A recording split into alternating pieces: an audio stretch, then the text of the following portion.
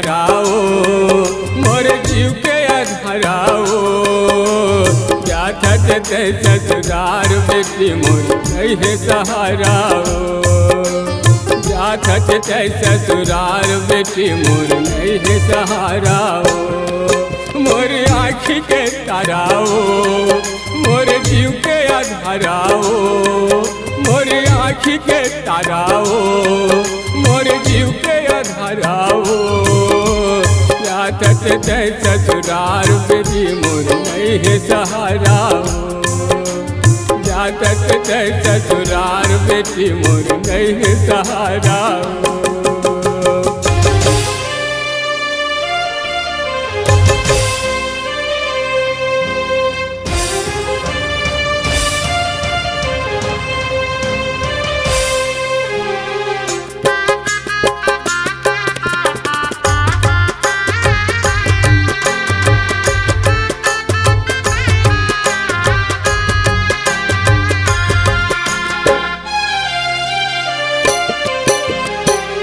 रहेस मोर घर मामो बेटी करत रहेस मोर जतन। कैसे टोला ले जाऊं बेटी नहीं माने मोर मन।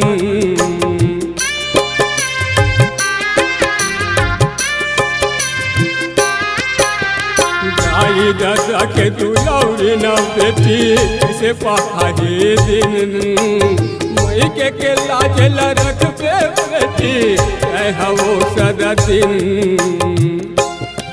मोर परम पियारी वो मोर राजकुमारी वो। मोर परम पियारी वो मोर राजकुमारी वो।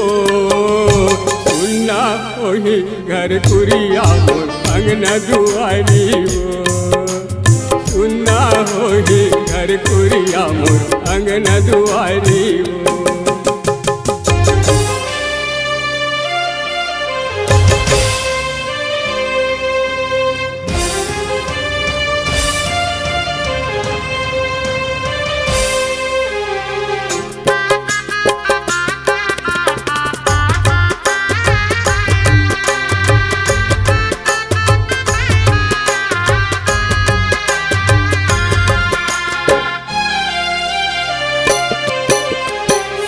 ससुर के सेवा करबे पति के रहे सहारा।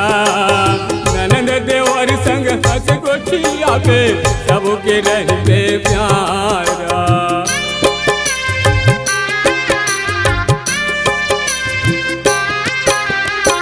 आज लेते पहुना होगे सुनना होगे मोर अगना। मोर पगड़ी के लाज रखबे करबे कौन गुना। मोर बेटी दुलौरी न वो मोर परम पियारी वो। मोर बेटी दुलौरी न वो मोर राज दुलारी वो।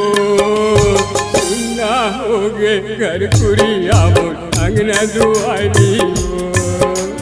सुनना होगे घर कुरिया मोर अंगना दुआरी वो। मोर आँखी के ताराओ मोर जीव के अधराओ। मोर आँखी के ताराओ मोर जीव के अधराओ। जात ससुरार बेटी नहीं है सहारा। जात ससुरार बेटी मोर नहीं है सहारा। जात ससुरार बेटी मोर नहीं है सहारा। जात ससुरार बेटी मोर नहीं है सहारा।